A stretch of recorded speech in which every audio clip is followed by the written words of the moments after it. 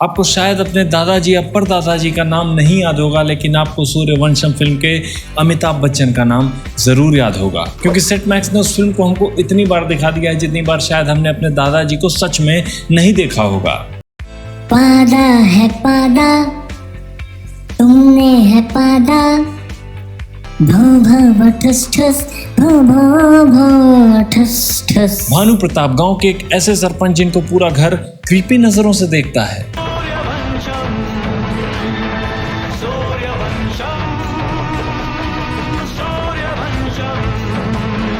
गांव वाले इनकी चरण पादुका को अपने सिर पर रखकर पूरे गांव में घुमाते हैं और उसका सब आशीर्वाद लेते हैं। इनकी चरणों को धोकर उसका अमृत बनाकर सब लोग पी जाते हैं।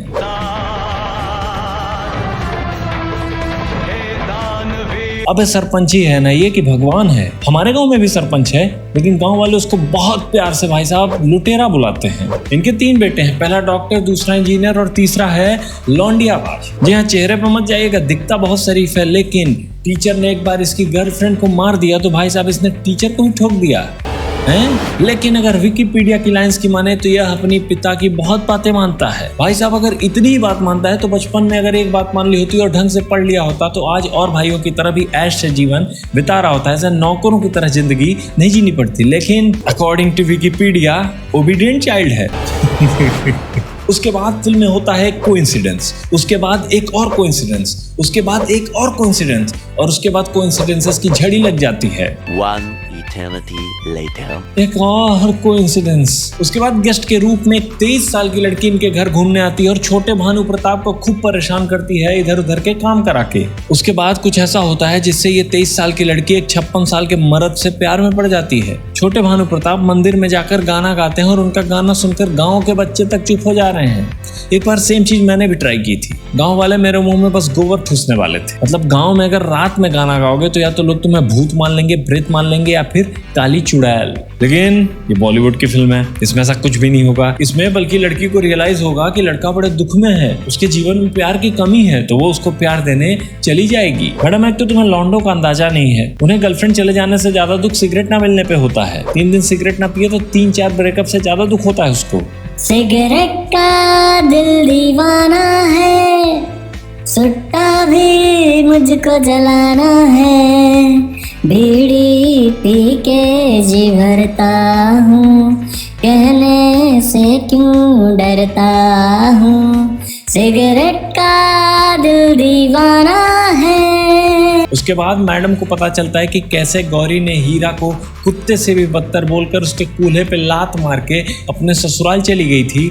तो मतलब तुम्हें हीरा से प्यार नहीं है गौरी? प्यार तो इंसान जानवरों से भी करता है, तो क्या वो उनसे शादी कर ले? तो उसको बहुत दुख होता है और उसे हीरा पे बहुत प्यार आता है। तो फाइनली एक 23 साल की लड़की एक 56 साल के नौजवान चकाचक जवानी में भरपूर आदमी के प्यार में पड़ जाती है। हाँ, वो अलग बात है कि लड़की कलेक्टर की तैयारी कर रही है और लड़के से ABCD लिखवा लो तो उल्टा पुल्टा लिखेगा, लेकिन लड़की को प्यार हो गया तो हो गया।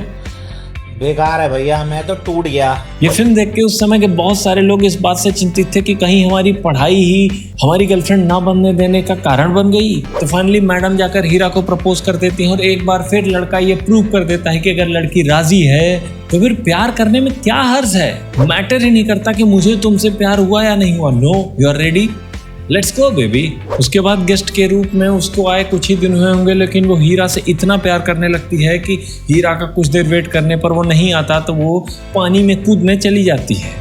ऐसा प्यार कहाँ मिलता है भाई। लेकिन लड़की के माता पिता ऑब्वियसली नहीं चाहेंगे, क्योंकि लड़की कलेक्टरी की तैयारी कर रही है तो किसी अनपढ़ लड़के से तो अपनी बेटी की शादी नहीं करेंगे, भले ही किसी का भी वो बेटा हो। तो फाइनली वो लोग भानु प्रताप के पास गिड़गिड़ाते हुए जाते हैं कि मेरी बेटी को बचा लीजिए, आपका लड़का उसको चंगुल में ले लिया है। फाइनली उसको भानु प्रताप ऑप्शन देते हैं कि बेटा या तो तू मुझे चुन ले या फिर तू उस लड़की को चुन ले। अब बहुत ही ऑब्वियस सी बात है कि हीरा इतने सालों से अपने बाप के मुंह से बेटा सुनने को तरस गया है तो वो बाप को ही चुनेगा, क्योंकि लड़की तो महज 15 दिन पहले आई है।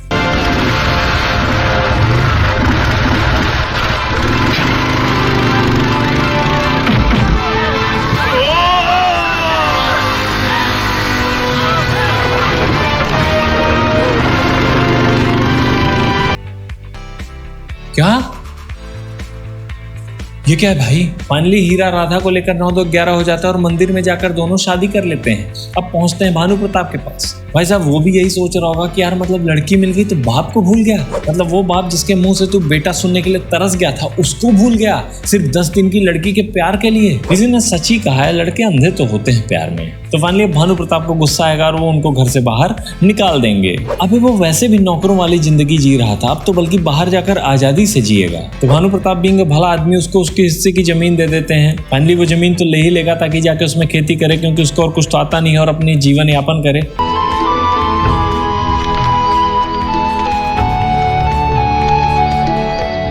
जब मैं आपका बेटा नहीं रहा तो फिर आपकी इस जायदाद में मेरा हिस्सा कैसा? नहीं भाई ले लो वो जमीन, कहाँ जाओगे? ना घर है, ना पैसा है, ना बुद्धि है, ना पढ़ाई है, ना कोई स्किल है तुम्हारे अंदर, कहाँ जाओगे? क्या हो रहा है ये? फाइनली वो दोनों धर्मेंद्र के घर जाते हैं जो कि उनका दोस्त है और वो उनको अपना घर दे देता है। हीरा के पास नौकरी नहीं है, घर के लिए राशन नहीं है, खाने के लिए खाना नहीं है, लेकिन चल तेरी सुहागरात की तैयारी करते हैं, आजा आजा आजा। भाई उससे सिर्फ प्यास मिटेगी, भूख नहीं, जाके काम करो कहीं। फिर ये दोनों गरीबी में दिन बिताते रहते हैं। तभी राधा की मुलाकात होती है गौरी से और वो इसको खूब जी भर के ताने सुनाती है और ये सभी बातें हीरा सुन रहा होता है। उसके बाद हीरा एक सेकंड हैंड बस लेता है और ऑब्वियसली बॉलीवुड की फिल्म है तो वो कुछ दिनों में अमीर हो ही जाएगा। वो कस्टमर्स को अट्रैक्ट करने के लिए गिफ्ट्स बांट रहा है, खाने के वांदे हैं और देखो मतलब है गिफ्ट्स के पैसे कहाँ से आए पैसे। और उसके बाद इनकी पत्नी राधा कलेक्टर भी बन जाती है। अब बीच का स्ट्रगल कौन दिखाएगा? ये छोड़ो, वो बताओ गांव से शहर गई, पैसे कहाँ से आए? कोचिंग करने के पैसे कहाँ से आए? मेरे को बताओ मेरे को। मतलब लड़कों की जिंदगियां बर्बाद हो जाती हैं यूपीएससी क्वालिफाई करने में, लेकिन क्वालिफाई नहीं होता।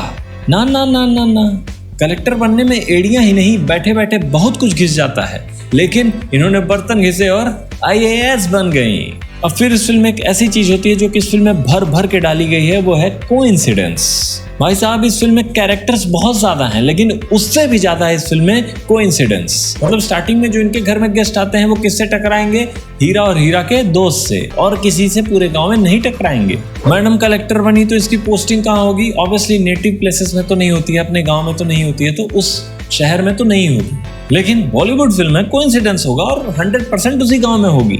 लास्ट में एक सीन आता है जहां पर भानु प्रताप के हाथ से पेन से इंक गिरती है और वो इंक गिरती है हीरा के बेटे पे। मतलब स्कूल में 500-1000 बच्चे होंगे, लेकिन इंक किसके ऊपर गिरेगी? हीरा के बेटे पे, जो कि इनका खुद का होता है। बाय द वे अगर आप स्कूल से बाहर निकले व्हाइट शर्ट पहनकर और कोई आदमी आपके ऊपर ऐसा इंक फेंक जाए तो आप इसको क्या बोलोगे? मतलब आपको याद नहीं आएगा कि घर जाके आपकी मम्मी जो आपको उल्टा करके लपड़ देंगी कि ये कहाँ से इंक लगा के आया और इसको कौन धोएगा, तो आप कैसा रिस्पॉन्स दोगे? कमेंट करके बता देना।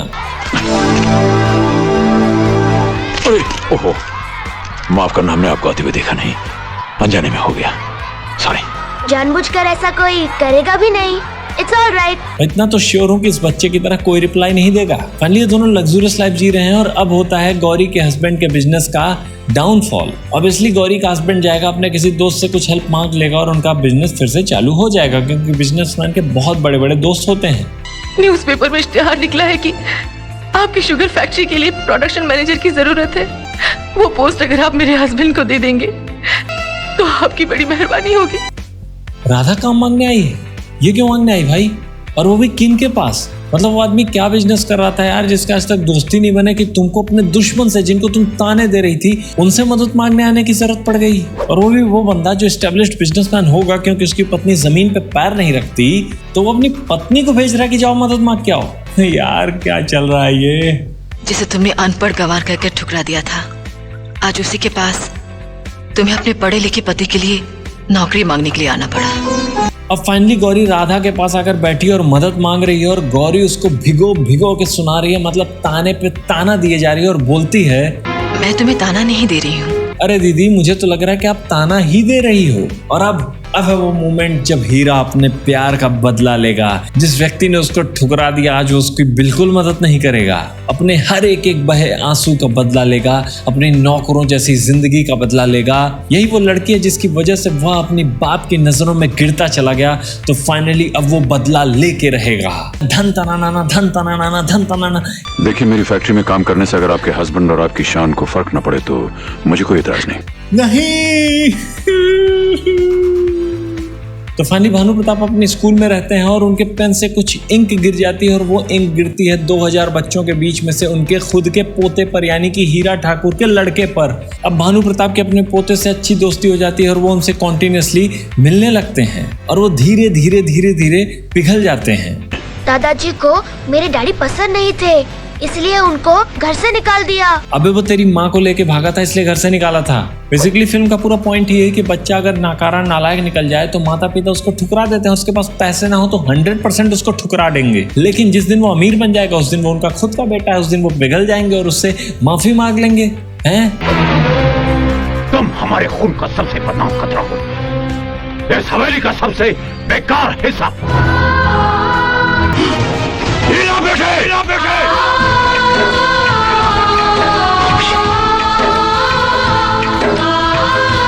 अब किसी तरीके से भानु प्रताप कोशिश करते हैं अपने बेटे से माफी मांगने की, जो कि ऑब्वियसली इंडियन पेरेंट्स के लिए बहुत बड़ा काम है। लेकिन वो जैसे ही मांगने वाले होते हैं कि जहर का असर हो चुका होता है और वो बेहोश हो जाते हैं। तो फाइनली भानु प्रताप जहर खाने के बाद बहुत ही क्रिटिकल सिचुएशन में चले जाते हैं और डॉक्टर्स बंद मशीन के साथ उनका इलाज भी कर देते हैं। भाई साहब, इस डॉक्टर के कॉन्फिडेंस को देखो, बंद मशीन को इतने कॉन्फिडेंस से देख रहा है, कहां से खरीदा ऐसा बोकवास कॉन्फिडेंस। और 10 मिनट के अंदर बंद मशीन से वो ठीक भी कर देता है। अरे यार गवर्नमेंट वालों, ऐसे डॉक्टर्स अपॉइंट करो, मशीन्स की कोई कंप्लेन ही नहीं आएगी, वो उसको मशीन की जरूरत ही नहीं है, बंद मशीन से वो बंदा ठीक कर देता है। उसके बाद केवड़ा सा फ्रेम करता है कि हीरा ने ही अपने पिता को जहर दिया है और गाँव वाले मिलकर उनको पीटने लगते हैं। लेकिन उसके बाद क्योंकि डॉक्टर ने उनको ठीक कर दिया है बंद मशीन के साथ भी, वो उठ कर आते हैं और हीरा ठाकुर को बचा लेते हैं और दोनों बड़े ही प्यार से रहने लगते हैं। अगर आपको ये वीडियो पसंद आए तो वीडियो को लाइक कर दीजिएगा, कमेंट बॉक्स में अपनी राय जरूर दीजिएगा। साथ ही साथ ऐसे ही और इंटरेस्टिंग वीडियोस देखने के लिए हमारे चैनल को सब्सक्राइब कर लीजिएगा।